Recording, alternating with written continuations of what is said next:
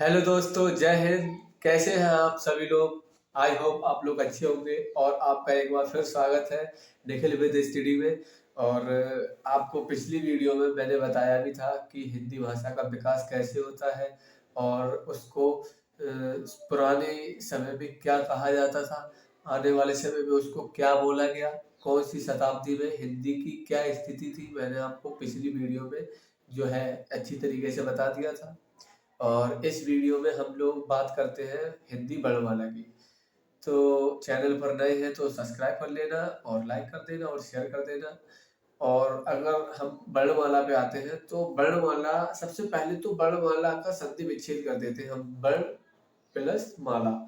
वर्ण मतलब हिंदी भाषा की सबसे छोटी इकाई और माला मतलब जो वर्ण 52 वर्ण जो होते हैं उनका ये जो अलंकृत, अलंकृत मतलब श्रृंखला वाई, यानी कि श्रृंखला के हिसाब से, यानी क्रमबद्ध जो माला बुनी जाती है उसको ही हम वर्णमाला कहते हैं। वर्णमाला में हम दो हिस्से देखते हैं। सबसे पहला हिस्सा है स्वर और दूसरा हिस्सा है व्यंजन। स्वर जो कि हमारे हिंदी वर्णमाला में 13 होते हैं और व्यंजन हमारे हिंदी वर्णमाला में 35 होते हैं और 4 संयुक्त व्यंजन होते हैं। खैर, हम लोगों को अभी वर्ण के बारे में पढ़ना है, ठीक है। तो जो वर्ण है ये हमारी हिंदी भाषा की सबसे छोटी इकाई मानी जाती है, लेकिन ध्वनि भी हमारे हिंदी भाषा की सबसे छोटी इकाई होती है।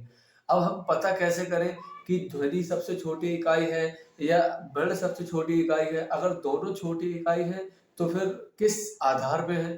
तो जो वर्ण है, वर्ण हमारे लिखित आधार पे होता है, यानी कि लिखने के आधार पे वर्ण हमारे हिंदी भाषा की सबसे छोटी इकाई है।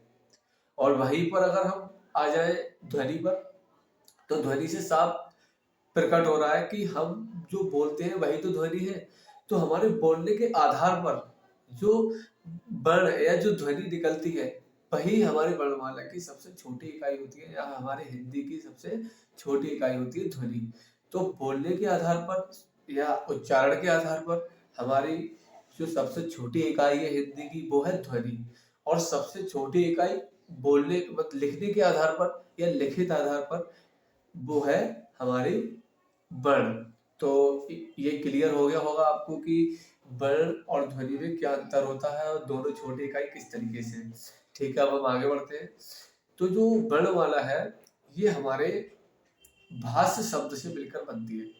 भाष्य जो है संस्कृत का एक धातु है, संस्कृत की एक धातु है जिससे भाष को हिंदी में भाषा बोला गया।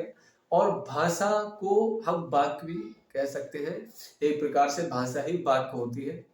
तो जो वाक्य होता है वही हमारे हिंदी का जो अहम जो बोलने का तरीका है वो दिखाता है।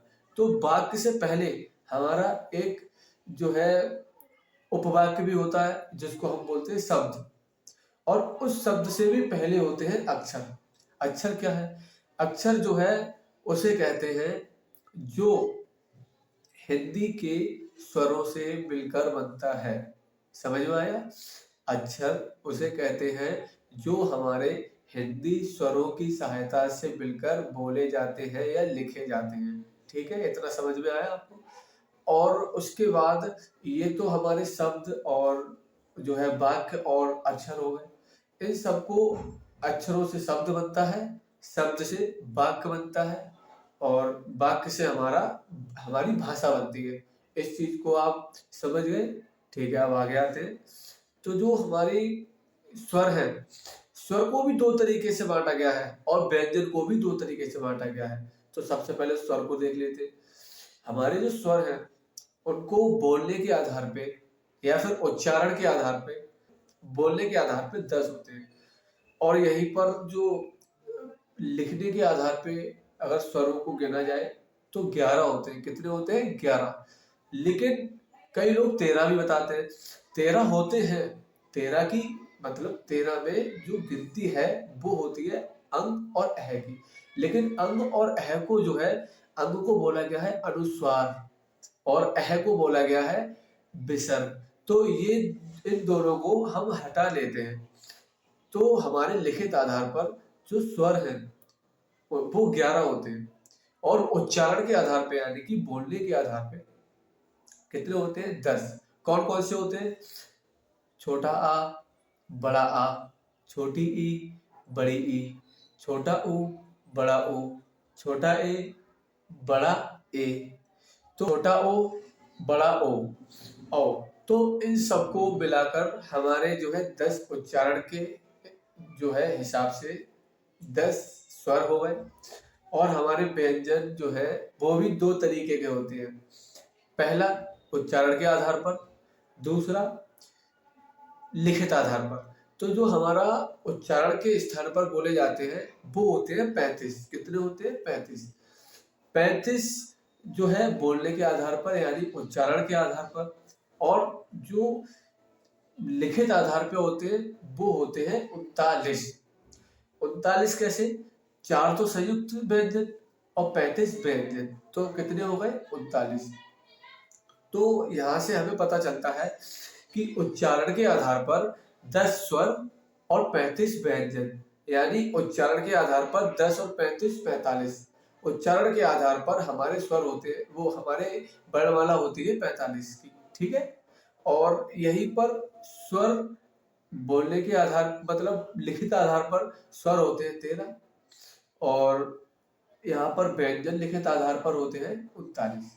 तो 39 और 13 52, यानी हमारे लिखित आधार पर वर्णमाला की संख्या है 52। कितनी है बच्चों? 52। और उच्चारण के आधार पर हमारे जो वर्णों की संख्या है वो कितनी है? 45। तो आपको इतना समझ में आया होगा कि वर्ण क्या होता है, स्वर क्या होता है, व्यंजन क्या होता है। आपको ये चीज अच्छी तरीके से क्लियर हो गई होगी।